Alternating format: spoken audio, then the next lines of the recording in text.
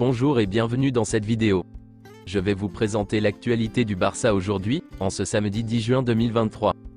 Si vous êtes nouveau sur la chaîne, ici je parle généralement de l'actualité du Barça. Donc n'hésite pas à t'abonner, et appuyer sur le bouton j'aime pour me soutenir. Merci, et commençons.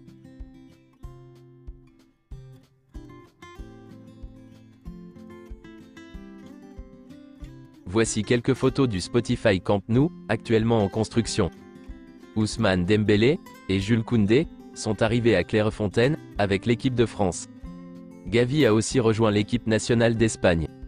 Voici le programme des matchs amicaux du Barça, lors de la tournée de pré-saison aux États-Unis. Le 22 juillet, match contre la Juventus, à Santa Clara. Le 26 juillet, match contre Arsenal, à Los Angeles.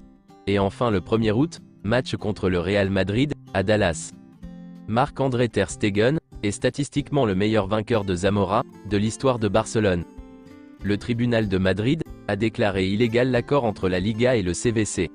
En outre, il y a eu violation des statuts, et la documentation envoyée au club était incomplète.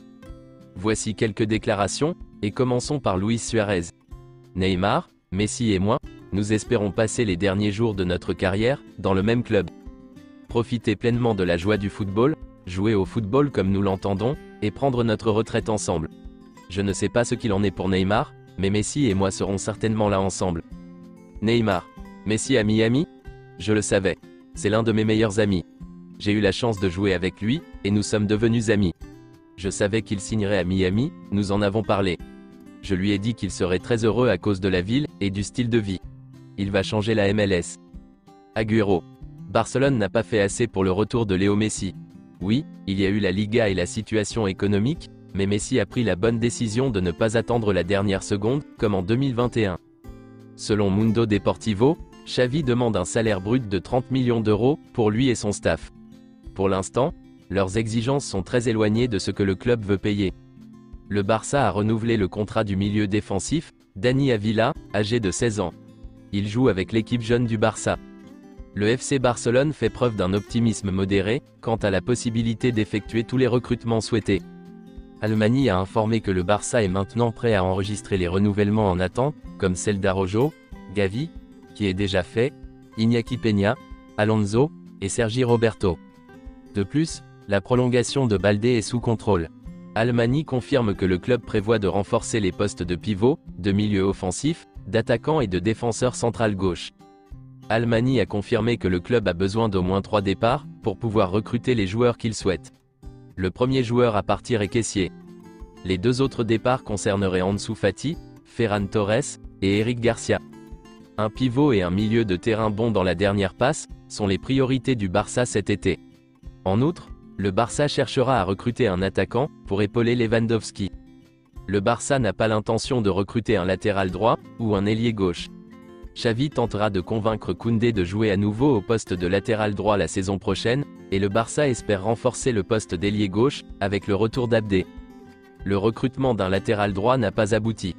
D'autant plus après les débuts intéressants de Julián Araujo, contre le Vissel Kobe, au poste de latéral droit.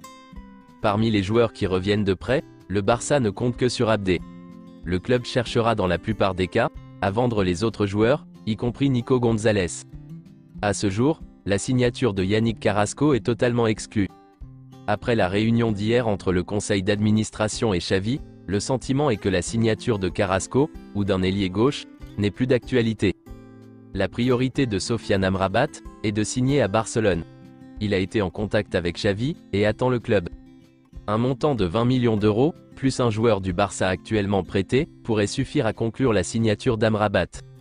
Íñigo Martínez a passé avec succès sa visite médicale avec le Barça. Il pourra être présenté comme nouveau joueur du Barça, à partir du 30 juin. Selon plusieurs sources, le FC Barcelone et Gundogan ont un accord verbal, pour 3 saisons. Il est en fin de contrat à Manchester City. Le Barça essaiera de conclure l'accord, après la finale de la Ligue des Champions. Le FC Barcelone a l'intention d'annoncer officiellement la signature d'Ilkay Gundogan, après la finale de la Ligue des Champions. Le Barça espère annoncer la signature de Gundogan, très prochainement. Il ne reste plus à Gundogan qu'à passer ses examens médicaux pour finaliser, et annoncer sa signature.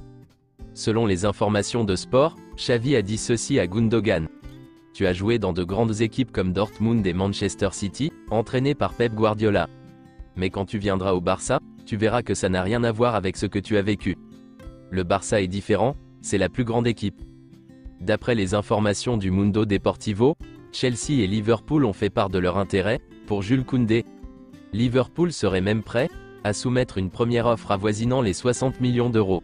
Mais pas de quoi faire changer d'avis Koundé, car il n'a aucune intention de quitter la Catalogne. Reste à savoir quelle sera la position du Barça, qui doit impérativement remplir ses caisses durant le mercato estival.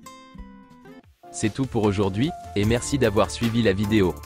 Mettez un j'aime si la vidéo vous a plu, et n'hésitez pas à vous abonner, pour ne pas manquer les prochaines vidéos. Merci et à bientôt.